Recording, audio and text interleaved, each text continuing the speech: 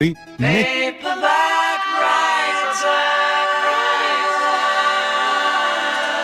Writer. Va ora in onda Alta Tiratura con Alessandro Gnocchi.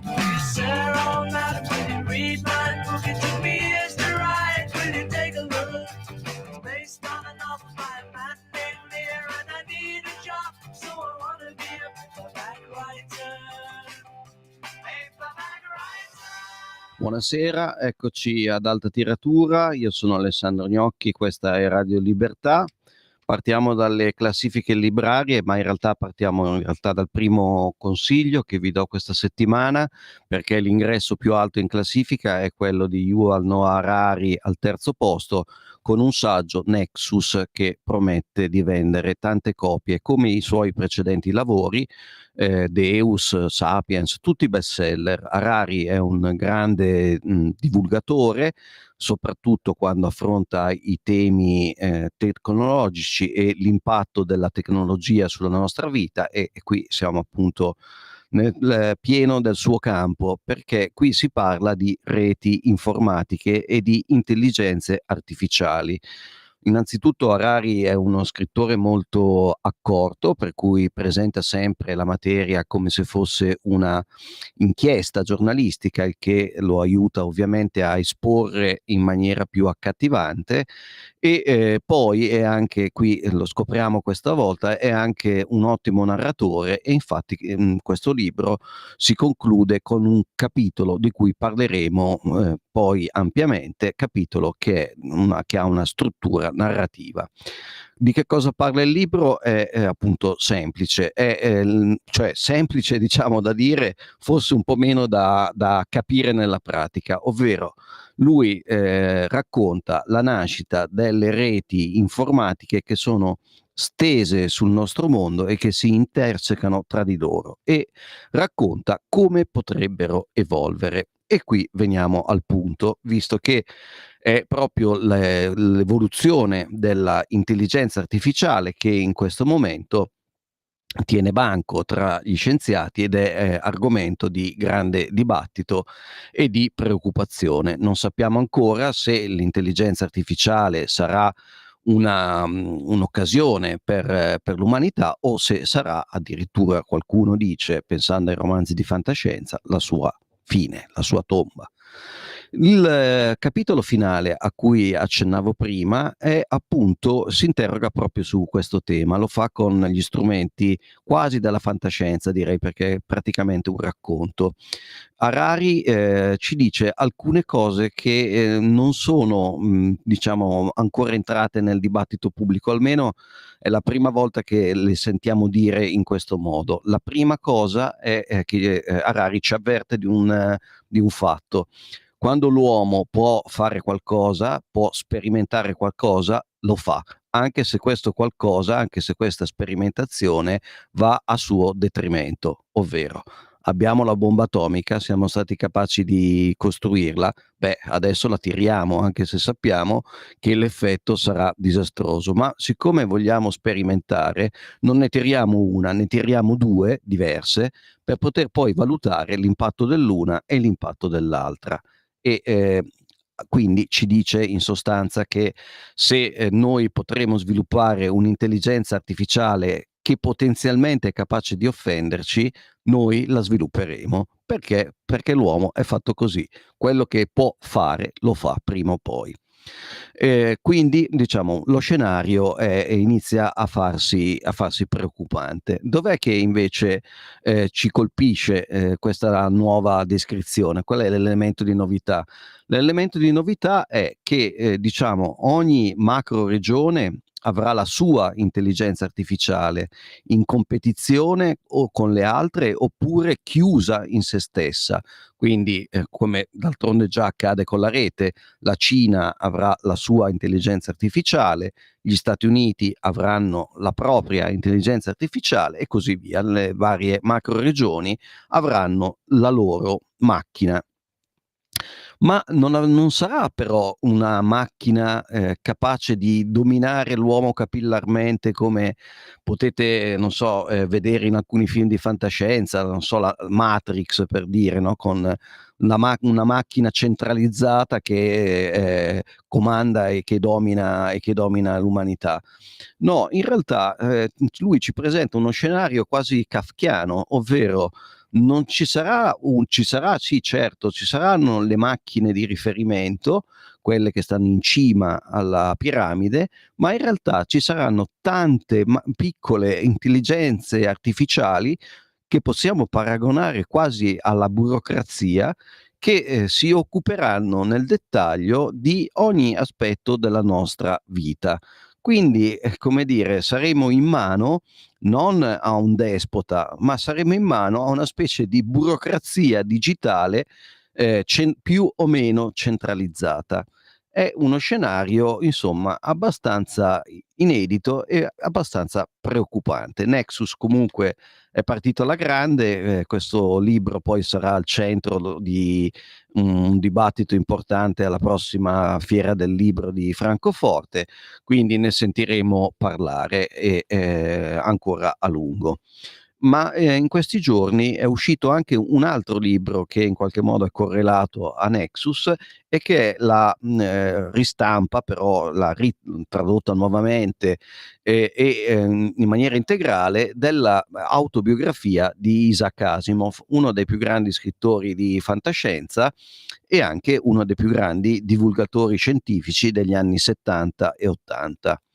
Noi tutti lo conosciamo per i suoi romanzi, qua lui racconta di se stesso e l'interesse di questo libro risiede nel fatto che Asimov appunto è stato il primo a formulare le cosiddette leggi della robotica, ovvero delle leggi da imporre alle macchine in modo che le macchine non diventino pericolose per l'uomo. È quindi, diciamo, un tentativo di mettere ordine proprio nella materia che stiamo affrontando nel campo dell'intelligenza artificiale. Vi leggo quelle che sono le regole fissate da Asimov, che ovviamente non parlava ancora di intelligenza artificiale, ma di robot, che non è poi così diverso. Allora, un robot non può recare danno a un essere umano, né può permettere che, a causa del suo mancato intervento, un essere umano riceva danno. Seconda, un robot deve obbedire agli ordini impartiti dagli esseri umani, purché tali ordini non vadano in contrasto alla prima legge.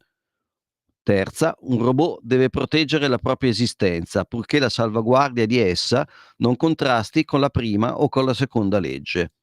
Poi c'è la legge zero, quella fondamentale, che dice un robot non può recare danno all'umanità né può permettere che a causa del proprio mancato intervento l'umanità riceva danno. In questo modo Asimov pensava appunto di porre le basi per rendere le macchine docili o almeno inoffensive.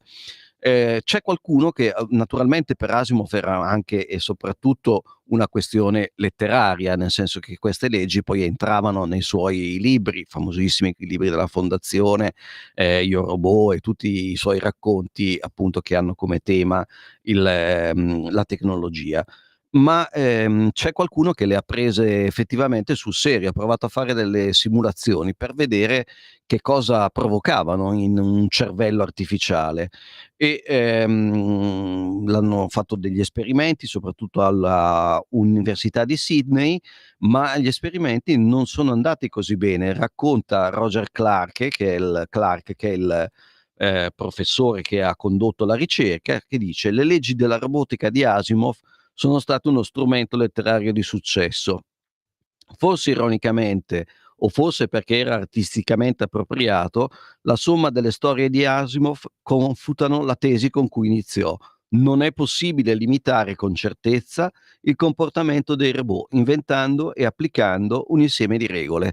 Quindi siamo tornati allo scenario che dipingeva Harari in Nexus, ovvero non è possibile mettere dei paletti, se anche fosse possibile l'uomo non vorrebbe metterli, perché l'uomo ha la tentazione irresistibile di rubare il fuoco come Prometeo e quindi di fare tutto quello che gli è possibile fare.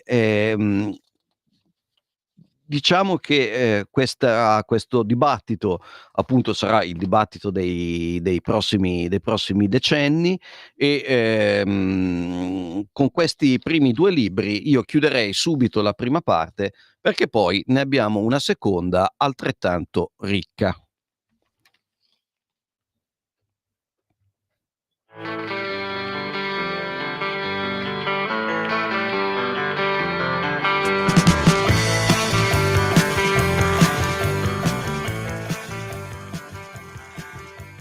All our times have come here, but now they're gone. Seasons don't feel the reaper, nor do the wind, the sun, or the rain. We can be like they are. Come on, baby, don't feel the reaper. Baby, take my hand, don't feel the reaper. We'll be able to fly, don't feel the reaper. Baby, I'm your man.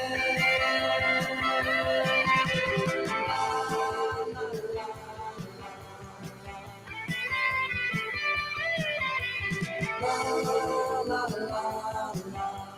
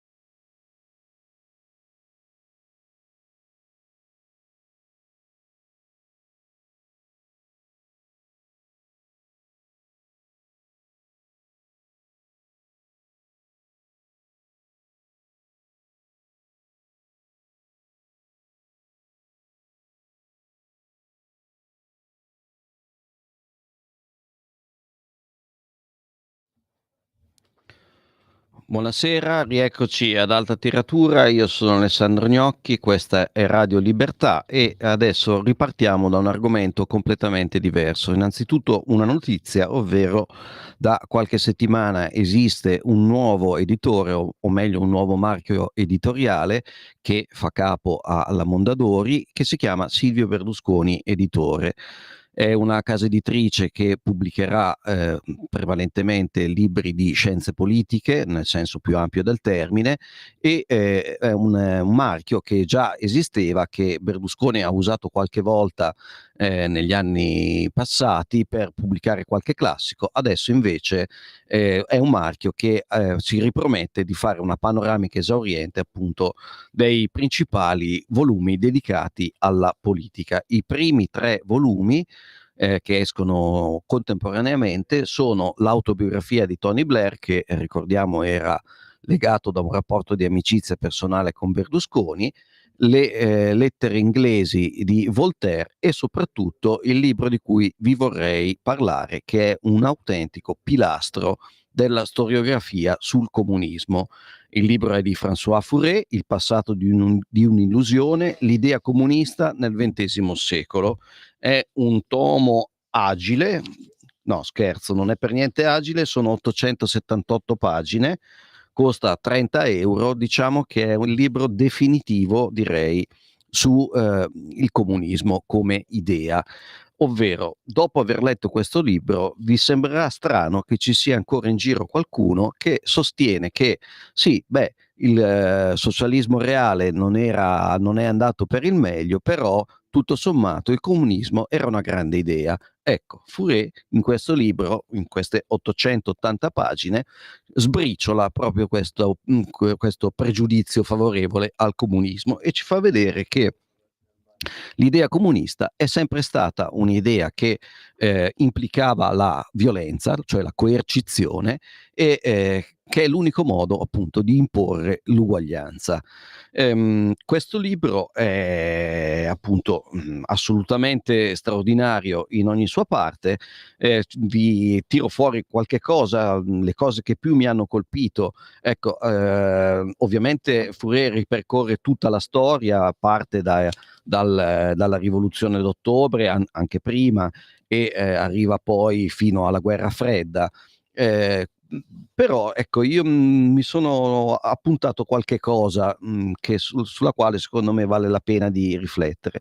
Innanzitutto i comunisti italiani, la posizione del Partito Comunista. Ecco, sorprendentemente, o forse no, l'unico comunista italiano citato in questo immenso saggio è Palmiro Togliatti, l'unico comunista che a dire di Fourier, a detta di Fourier, ha avuto una reale influenza e importanza nella storia del comunismo. Cioè ci viene presentato Togliatti come uno che era effettivamente in grado di interloquire con Mosca, magari non proprio in posizione di comando, ma insomma era molto rispettato e ascoltato. Questo ovviamente lo rende complice poi degli atti criminali dello stalinismo e del comunismo sovietico. Inoltre Fourier fa notare come negli snodi decisivi, quelli in cui il comunismo italiano avrebbe potuto guadagnarsi sul campo l'indipendenza da Mosca, ecco, fa vedere che in quei momenti, al contrario, il comunismo italiano si sdraiò sulle posizioni di Mosca, e qua ci sono numerose pagine dedicate ai fatti di Budapest del 1956, quando addirittura il Partito Comunista Italiano, in un impeto di ingloriosa volontà di sottomettersi appunto a Mosca, arrivò a sostenere che i ragazzi di Budapest erano dei controrivoluzionari, dei piccoli borghesi che andavano schiacciati. No, erano dei socialisti che volevano più libertà. Ma non importa, l'autore di questi pezzi fu Giorgio Napolitano, che infatti poi fu dichiarato a lungo persona sgradita in Ungheria, e possiamo capire il perché. Questo è uno dei temi che si potrebbe approfondire. Un altro tema che poi è stato sviscerato da uno storico tedesco, che è Ernst Nolte, è diciamo il parto gemellare del Novecento, ovvero da una parte il comunismo e dall'altra invece il nazismo, il nazionalsocialismo. Vi leggo direttamente un passo. Per Lenin e per Hitler la borghesia rappresenta il capro espiatorio di tutte le sventure del mondo. Incarna il capitalismo, foriero per l'uno dell'imperialismo e del fascismo, per l'altro del comunismo. Sufficientemente astratta per ricoprire vari simboli, sufficientemente concreta per offrire uno spunto ravvicinato di odio, la borghesia offre al bolscevismo e al fascismo una serie di tradizioni e sentimenti ben più antichi sui quali far leva, ovvero Fourier ci sta dicendo il capitalismo, che è un sistema fondato sulla libertà, non poteva che essere inviso a due sistemi politici che invece erano fondati sulla coercizione e sul peso totale dello Stato, sul totalitarismo. Naturalmente questo concetto poi è stato variamente declinato, qualcuno ha spinto ancora più in là la somiglianza, dicendo che mentre il nazismo aveva il sogno di purificare l'umanità attraverso la eliminazione di una razza, il comunismo aveva invece il sogno di purificare l'umanità attraverso l'eliminazione di una classe sociale, ovvero la borghesia. Ma adesso, prima di passare alle ultime due cose, voglio raccontare una piccola storia che mi sembra indicativa su Silvio Berlusconi e la cultura. Correva l'anno, credo, 2006-2005, quando iniziò a circolare per i giornali un appello di alcuni professori italiani che insegnavano però all'estero in Inghilterra, che volevano tradurre, che avevano iniziato a tradurre lo Zibaldone di Giacomo Leopardi in inglese senza però avere i fondi necessari per arrivare alla fine dell'opera. Ora, voi sapete che un paese normalmente per farsi promotore della propria cultura finanzia normalmente traduzioni dei propri grandi autori nelle lingue principali. In questo caso i fondi non erano sufficienti. Nessun giornale volle pubblicare quell'appello, tranne il giornale Libero. L'appello fu riscritto in lingua italiana, perché era un po' in professorese, da Massimiliano Parente, uno scrittore che collaborava con il giornale, e fu pubblicato in prima pagina. Passarono circa 10 giorni, la somma che serviva era di 100.000 euro, se non ricordo male. Passarono pochi giorni e arrivò in una busta un assegno incredibilmente di 100.000 euro con la somma esatta, pagata interamente da Silvio Berlusconi. La cosa incredibile è che Berlusconi non solo non era interessato, diciamo, a promuovere dal punto di vista dell'immagine questo suo gesto, anche se poi ovviamente ricevendo 100.000 euro il giornale si fece carico ovviamente di dire che Berlusconi aveva avuto questo gesto di grande generosità. Ma quello che è veramente istruttivo non è questo, è quello che segue, e quello che segue ha dell'incredibile. Allora, questi professori italiani che insegnavano in Inghilterra ebbero modo di portare a compimento l'opera grazie ai soldi di Silvio Berlusconi. Quando il libro arrivò in redazione, lo Zibaldone tradotto in inglese, incredibilmente Silvio Berlusconi non compariva da nessuna parte. Cioè non era stato ringraziato per i 100.000 che aveva sganciato così sull'unghia. Questo ci fece indignare, perché era una cosa di una scorrettezza incredibile, mai vista, e per cui io stesso telefonai ai professori che avevano realizzato quest'opera, chiedendo lumi, chiedendo spiegazioni, e questi, balbettando, mi dissero che per non correre guai con i loro colleghi avevano omesso il nome di Berlusconi. Ecco, questo dice tutto o quasi tutto su un certo modo di intendere il conformismo in campo culturale. Quello paga.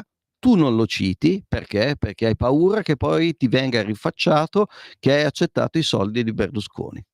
Vabbè, questo è il nostro paese, è incredibile, prendetevi questo aneddoto e passiamo però adesso ad altro, a 2 segnalazioni rapidissime. La prima, io la trovo veramente interessante, è questo libro di Patrick Quinn che si intitola Narcotopia, pubblicato da Adelphi, porta una prefazione di Roberto Saviano, che è una notizia, perché credo che Roberto Saviano su Adelphi sia un caso più unico che raro. Forse Calasso, che fu il fondatore, adesso scomparso, chissà cosa ne avrebbe detto, non lo so. Comunque, in ogni caso, il libro è interessante, la storia è piuttosto incredibile, ovvero nel centro della Birmania esiste una tribù, una tribù di ex cacciatori di teste che si chiama WA, WA, che ha fondato una nazione nella nazione, cioè ha fondato una nazione con le sue leggi, le sue strade, ha le sue scuole, ha un esercito bello tosto e un'economia florida fondata sul libero mercato della droga, ovvero è un narcostato, è una specie di stato anarcocapitalista fondato sulla vendita e diffusione della droga.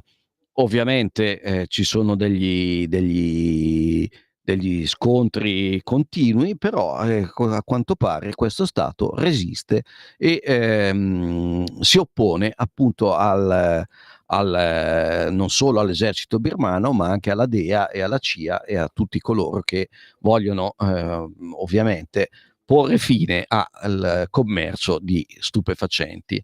L'ultima cosa che vi segnalo è una cosa un po' strana, ovvero, cioè non è strana, è strana diciamo per la nostra trasmissione, ovvero la riduzione a graphic novel del capolavoro Il Signore delle Mosche di William Golding, scrittore che ha preso il premio Nobel proprio in virtù di questo libro. Qui viene presentato come una specie di Hunger Games e ci può stare, diciamo, la storia è nota: un aereo precipita su un'isola deserta, sopravvive solo un gruppo di ragazzini, di giorno vanno a esplorare le spiagge, di notte sono tormentati da un incubo di una bestia primitiva, ma soprattutto devono iniziare a costruire un barlume di società. Iniziano a riprodurre quella che era la società che hanno lasciato. Però, come si apprende dalle pagine del libro, è un attimo tornare allo stato quasi ferino, cioè è facile per l'uomo perdere è più facile di quello che si pensa per l'uomo perdere appunto la società e retrocedere, tornare indietro a uno stato quasi di animalità e di bestialità. I disegni sono carini, è un prodotto adatto secondo me a un quindicenne o un sedicenne come segno grafico, e ve lo consiglio perché comunque è un modo inedito di tornare su un gran bel libro che forse è stato anche un po' banalizzato e dimenticato. Con questo chiudo e vi do appuntamento alla settimana prossima con Alta Tiratura su Radio Libertà.